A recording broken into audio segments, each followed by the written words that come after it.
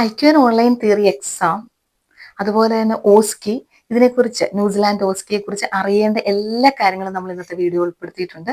അതുപോലെ തന്നെ സക്സസ് റേറ്റിനേക്കാളും ഇപ്പോൾ ഫെയിലിയർ റേറ്റ് കൂടുന്നുണ്ട്. അപ്പോൾ അതെങ്ങനെ ഓവർകം ചെയ്യാം, അങ്ങനെയുള്ള എല്ലാ കാര്യങ്ങളും, എന്തൊക്കെയാണ് നമ്മൾ പ്രിപ്പയർ ചെയ്യേണ്ടത്, എന്തൊക്കെ ടിപ്സ് നമ്മൾ യൂസ് ചെയ്യണം, അങ്ങനെയുള്ള എല്ലാ കാര്യങ്ങളും നമ്മുടെ വീഡിയോയിലുണ്ട്. അപ്പോൾ എല്ലാവർക്കും വെൽക്കം ടു എഡ്യു ഡീറ്റെയിൽസ്.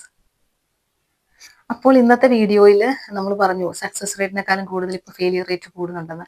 അത് ശരിക്കും നിങ്ങൾ നന്നായിട്ട് പ്രിപ്പയർ ചെയ്യുക, നിങ്ങൾക്ക് പാസ്സാകാൻ സാധിക്കും. IQN ഓൺലൈൻ തിയറി എക്സാമിന് ഇപ്പോൾ പാസ് റേറ്റ് ഉണ്ട്, പക്ഷേ നന്നായിട്ട് നിങ്ങൾ പ്രിപ്പയർ ചെയ്യണം. കാരണം അതിൽ പാർട്ട് എയും പാർട്ട് ബി ആണുള്ളത്. അപ്പം നേഴ്സിംഗ് നോളജ് ആണെങ്കിലും എല്ലാ തരത്തിലുള്ള കാര്യങ്ങളും നിങ്ങൾ പ്രിപ്പയർ ചെയ്തിരിക്കണം. അതുപോലെ മെഡിക്കേഷൻ സേഫ്റ്റി കാൽക്കുലേഷൻ എല്ലാം അറിയണം.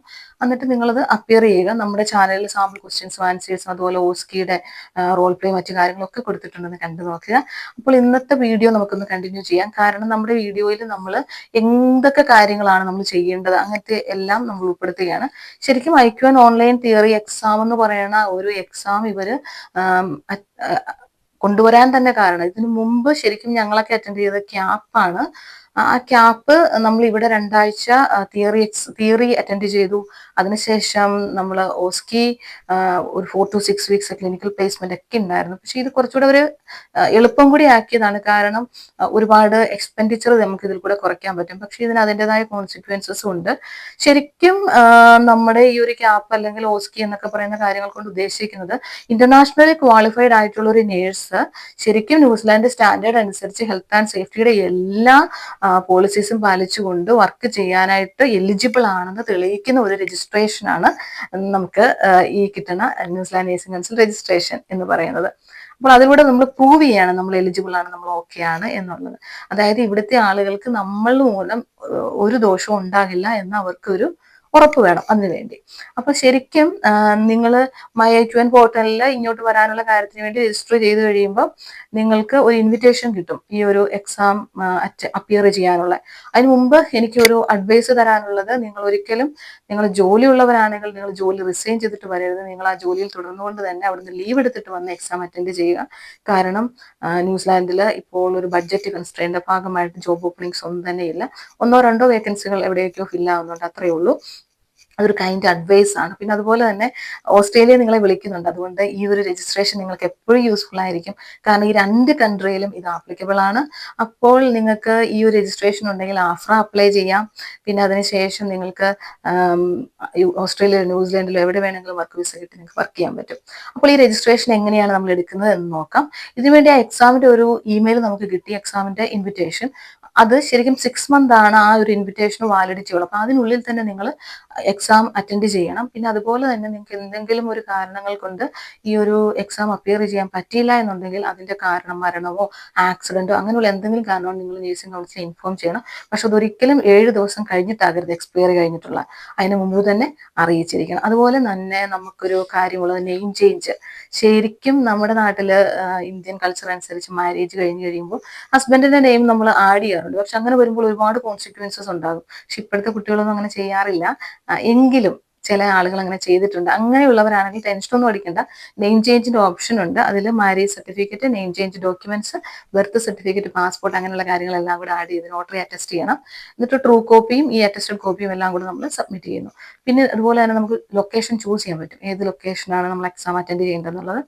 അതുപോലെ തന്നെ അതിന്റെ ഫീസും മറ്റു കാര്യങ്ങളും നമ്മുടെ മുമ്പത്തെ വീഡിയോയിൽ നമ്മൾ ആഡ് ചെയ്തിട്ടുണ്ട്, കണ്ടു നോക്കുക. പിന്നെ റീസ്കെഡ്യൂൾ ചെയ്യണമെങ്കിൽ അതിൻ്റെതായ കാരണങ്ങളുണ്ടെങ്കിൽ നിങ്ങൾക്ക് റീസ്കെഡ്യൂൾ ചെയ്യാം. ഈവൻ ക്യാൻസൽ ചെയ്യണമെങ്കിലും അതിന്റെ റീസൺ കാണിച്ചാൽ മതി. അതുപോലെ തന്നെ എക്സാം അറ്റൻഡ് ചെയ്യുന്നതിന് മുമ്പ് അക്കോമഡേഷൻ മറ്റു കാര്യങ്ങളൊക്കെ നിങ്ങൾ അറേഞ്ച് ചെയ്യണം. പിന്നെ അതുപോലെ എക്സാമിനെ കുറിച്ചുള്ള ഒരു കാര്യങ്ങളൊക്കെ നിങ്ങൾ അറിഞ്ഞിരിക്കണം. കാരണം പാർട്ട് എ മെഡിക്കേഷൻ സേഫ്റ്റിയാണ്. അതിൽ medication and food safety calculations ഉണ്ട്, ക്വസ്റ്റ്യൻസ് ഉണ്ട്, എല്ലാം ഉണ്ട്. അതുപോലെ പാർട്ട് ബി നേഴ്സിംഗ് നോളജ് ആണ്.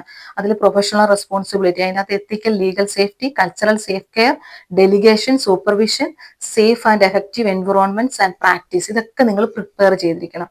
അതുപോലെ മാനേജ്മെന്റ് ഓഫ് നേഴ്സിംഗ് കെയറും ഇതിനകത്ത് ഇൻക്ലൂഡ് ആണ്. അതിൻ്റെ അകത്ത് വരുന്നത് assessment, prioritising, decision making, planning, delivery, evaluation of nursing care, infection and prevention control, medication food safety, vaccination, long term condition management, consumer rights and advocacy, patient and family education, health promotion, അതുപോലെ തന്നെ interpersonal relationship, health team relationship, records management, information exchange. ഈ കാര്യങ്ങൾ base ചെയ്തിട്ടുള്ള questions ആയിരിക്കും നിങ്ങൾക്ക് വരുന്നത്. പിന്നെ അതുപോലെ തന്നെ തെറാപ്യൂട്ടിക്, നമ്മുടെ തെറാപ്യൂട്ടിക് റിലേഷൻഷിപ്പ്, അതുപോലെ നേഴ്സിംഗ് കൗൺസിൽ കോമ്പിറ്റൻസീസ്, ഇപ്പോൾ കുറച്ച് ചേഞ്ചസ് ഒക്കെ വന്നിട്ടുണ്ട്. അതെല്ലാം നിങ്ങൾ നന്നായിട്ട് വായിച്ചു നോക്കി മനസ്സിലാക്കിയിട്ട് വേണം പോകാനായിട്ട്. പിന്നെ നമ്മൾ പറയണത് എക്സാമിന് പ്രിപ്പയർ ചെയ്യുമ്പോൾ നമുക്ക് രജിസ്ട്രേഡ് നേഴ്സിന്റെ കോമ്പിറ്റൻസി അറിഞ്ഞിരിക്കണം. ഇപ്പോൾ 20th ജാനുവരി മുതൽ രജിസ്ട്രേഡ് നേഴ്സിന്റെ കോമ്പിറ്റൻസിൽ സ്കോപ്പ് ഓഫ് പ്രാക്ടീസിൽ കുറച്ച് ചേഞ്ചസ് വന്നിട്ടുണ്ട്. അതൊക്കെ നിങ്ങൾ കണ്ടു നോക്കുക. പിന്നെ code of conduct four nurses, code of health and disability services. പിന്നെ ആ എക്സാമിനേഷന് നമ്മൾ അറൈവ് ചെയ്യുമ്പോൾ അതുപോലെ തന്നെ നമ്മൾ എന്താ ചെയ്യേണ്ടത്, നമ്മുടെ ഐഡന്റിറ്റി ഡോക്യുമെന്റ് ഉണ്ടായിരിക്കണം കയ്യിൽ, പാസ്പോർട്ടോ ഫോട്ടോയും സിഗ്നേച്ചറും ഉള്ള എന്തെങ്കിലും ഡോക്യുമെന്റ്. അതുപോലെ തന്നെ 15 മിനിറ്റിന് മുമ്പ് തന്നെ അവിടെ എത്താൻ ശ്രമിക്കുക. ഇതുപോലെ തന്നെ ടെസ്റ്റ് സെന്റർ റൂൾസ് എല്ലാം നമ്മൾ പാലിക്കണം. കോൺഫിഡൻഷ്യാലിറ്റി മെയിൻറ്റെയിൻ ചെയ്യണം. പേഴ്സണൽ ബിലോങ്ങിങ്സ് ഒന്നും തന്നെ അവർ അലോ ചെയ്യില്ല, അല്ലെങ്കിൽ എന്തെങ്കിലും സ്പെഷ്യൽ പെർമിഷൻ ഉണ്ടായിരിക്കണം. അതുപോലെ ചീറ്റിങ്ങോ മിസ്കണ്ടക്റ്റോ ഒന്നും പാടില്ല. ടൈം ലിമിറ്റ് ഉണ്ട്. അതുപോലെ ടൈം ലിമിറ്റിന് മുമ്പ് നിങ്ങൾക്ക് ഫിനിഷ് ചെയ്താലും പോകാം, പക്ഷെ ടൈം ലിമിറ്റ് പാലിക്കണം. എക്സ്ട്രാ ടൈം ഒന്നും തരില്ല. ബ്രേക്ക് ആണെങ്കിലും ഇൻക്ലൂഡിങ് ആയത് നമുക്ക് എക്സ്ട്രാ ബ്രേക്ക് ഇല്ല. അപ്പോൾ നമുക്ക് അതിൻ്റെ ഇടയ്ക്ക് ടോയ്ലറ്റ് യൂസ് ചെയ്യണമെങ്കിൽ യൂസ് ചെയ്യാം, പക്ഷെ നമ്മുടെ ടൈം എക്സ്ട്രാ നമുക്ക് തരില്ല. പിന്നെ അതുപോലെ തന്നെ എക്സാം കഴിഞ്ഞതിന് ശേഷം നിങ്ങൾക്ക് അതിന്റെ റിസൾട്ടും ഇവർ പോർട്ടലിൽ തന്നെ സെൻഡ് ചെയ്യുന്നതായിരിക്കും. അപ്പം നിങ്ങൾക്ക് ആ ഒരു MyUIQN പോർട്ടലിന്റെ ഡാഷ്ബോർഡിൽ കയറി നോക്കിയാൽ നിങ്ങൾക്ക് ആ ഒരു എക്സാമിന്റെ റിസൾട്ട് കിട്ടുന്നതായിരിക്കും. അതുപോലെ തന്നെ നമുക്ക് പറയാനുള്ളത്, ഇതിനകത്ത് 120 മൾട്ടിപ്പിൾ ചോയ്സ് ക്വസ്റ്റ്യൻസ് ആണുള്ളത്. 180 മിനിറ്റ്സിനുള്ളിൽ നമ്മളിത് ഫിനിഷ് ചെയ്യണം. പാർട്ട് എയിൽ മെഡിക്കേഷൻ സേഫ്റ്റിയിൽ 12 ക്വസ്റ്റ്യൻ ഉണ്ട്, 30 മിനിറ്റ് തരും. പാർട്ട് ബിയിലാണെങ്കിൽ നേഴ്സിംഗ് നോളജ് ബേസ്ഡ് ക്വസ്റ്റ്യൻസ് ആണ്, അതിൽ 108 ക്വസ്റ്റ്യൻസ് ഉണ്ട്, 135 മിനിറ്റ് ആണ് തരുന്നത്. പിന്നെ ടോട്ടൽ 50 മിനിറ്റ്സ് ആണ് നമുക്ക് ആ ഒരു ഇൻട്രൊഡക്ഷനും ഇൻഫർമേഷനും സോഫ്റ്റ്വെയർ ട്യൂട്ടോറിയലിനും ഒക്കെ അവർ എക്സ്ട്രായും തരുന്നുണ്ട്. ഫസ്റ്റ് അറ്റംപ്റ്റിൽ തന്നെ നമുക്ക് കംപ്ലീറ്റ് ചെയ്യുകയാണെങ്കിൽ അത്രയും നല്ലത്. ഏതെങ്കിലും ഒരു പാർട്ട് ഫെയിൽ ആയി കഴിഞ്ഞാൽ നമുക്ക് ആ ഒരു പാർട്ട് മാത്രം അറ്റൻഡ് ചെയ്താൽ മതി. നമുക്കത് ഇമെയിൽ അയച്ചാൽ മതി, ഒരു റീസ്കെഡ്യൂൾ ചെയ്യാനുള്ള കാര്യങ്ങളൊക്കെ നമുക്ക് ചെയ്തു തരും. പിന്നെ അത് കഴിഞ്ഞിട്ട് നമുക്ക് പറയാനുള്ളത്, നമ്മൾ പാസ്സായി കഴിഞ്ഞു കഴിഞ്ഞാൽ നമുക്ക് 24 hours കഴിയുമ്പോൾ നമുക്കൊരു ഇമെയിൽ വരും. ആ ഇമെയിൽ നിങ്ങൾ പാസ്സായി എന്നുള്ള കാര്യങ്ങളെല്ലാം ഉണ്ടാകും. അതുപോലെ തന്നെ MyUIQN പോർട്ടലിന്റെ ഡാഷ്ബോർഡിലും നിങ്ങൾക്ക് അത് കാണാൻ സാധിക്കും. അതിനുശേഷമുള്ള അടുത്ത സ്റ്റെപ്പ് എന്ന് പറയുന്നത് നമ്മുടെ ക്ലിനിക്കൽ കോമ്പറ്റൻസി അസസ്മെന്റ്. അത് ന്യൂസിലാൻഡിൽ വന്ന് ചെയ്യാനുള്ളതാണ്. അതിൽ ഓറിയന്റേഷൻ ആൻഡ് പ്രിപ്പറേഷൻ കോഴ്സ് ഉണ്ട്.